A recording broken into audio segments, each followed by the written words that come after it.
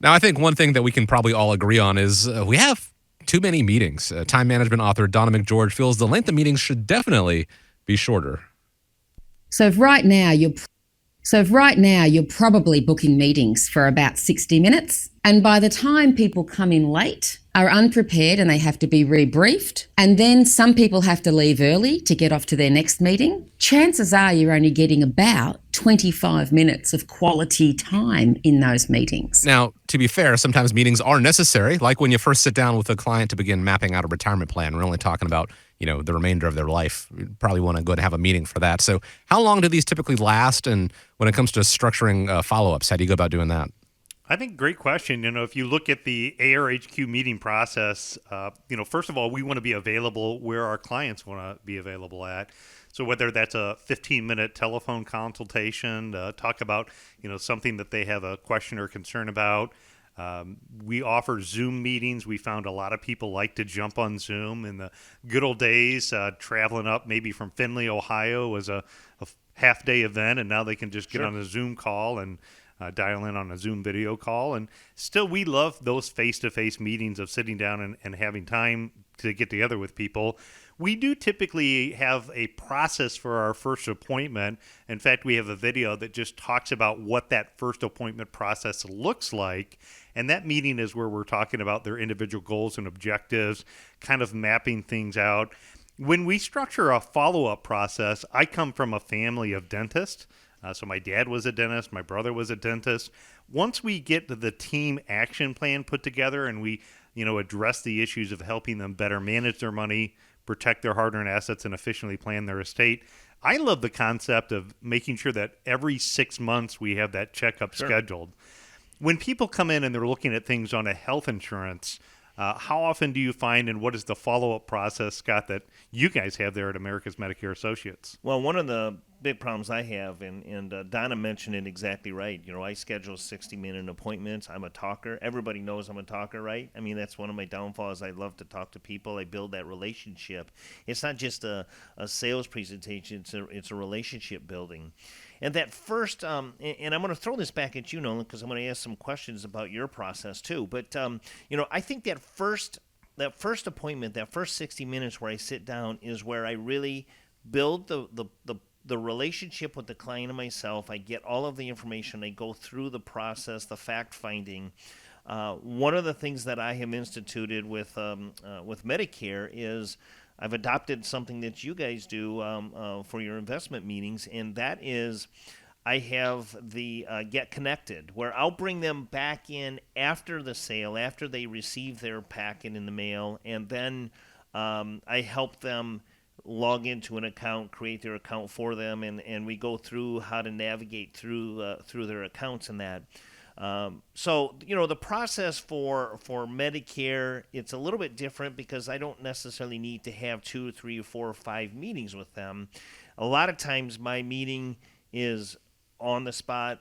They make a decision and they sign up right then and there. Okay, so it's a little bit different there. One of the things that I have started to institute to kind of help save time, because AEP, when you're looking at 40 to 45 appointments a week, I don't have a lot of time to gather information, is having clients email me their prescription list and or their doctors and hospitals that they prefer to go to, so I can get a lot of the the technical stuff done before they come in. How does an appointment with, wouldn't you say, Nolan, the first appointment with you is really where you sit down and kind of build that relationship and get that fact-finding process started? Is that typically the most lengthy part of your process, that first appointment? No, actually, that meeting is, to me, it's like a visit. It's kind of getting a chance to get to know each other. The most in-depth meeting that we have, I would say, is called our Team Action Plan. The Team Action Plan is where we go through, after somebody's come in for a first appointment, they leave us all of their documents, maybe their investment statements, their taxes, their insurances.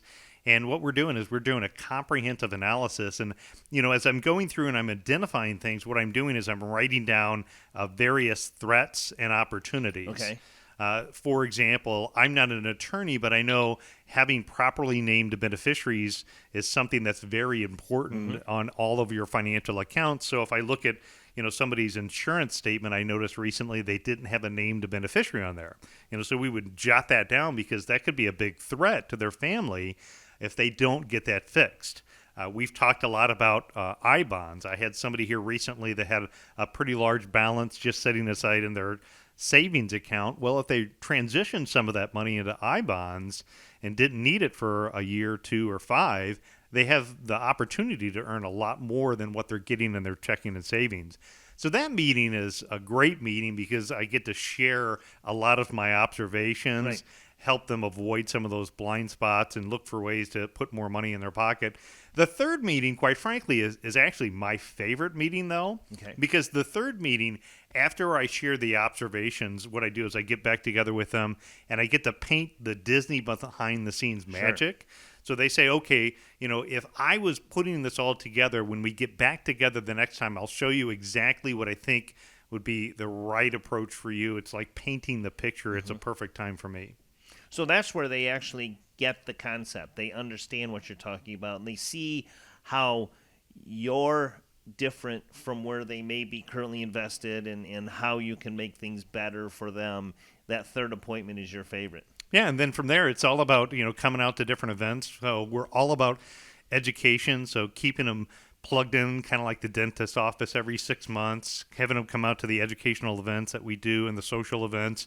Really at that point, they're part of the family and really plugged in from there. Absolutely. It's kind of the same with me. It's after the fact. I've really found that the get connected after the fact has really, really helped out in my process.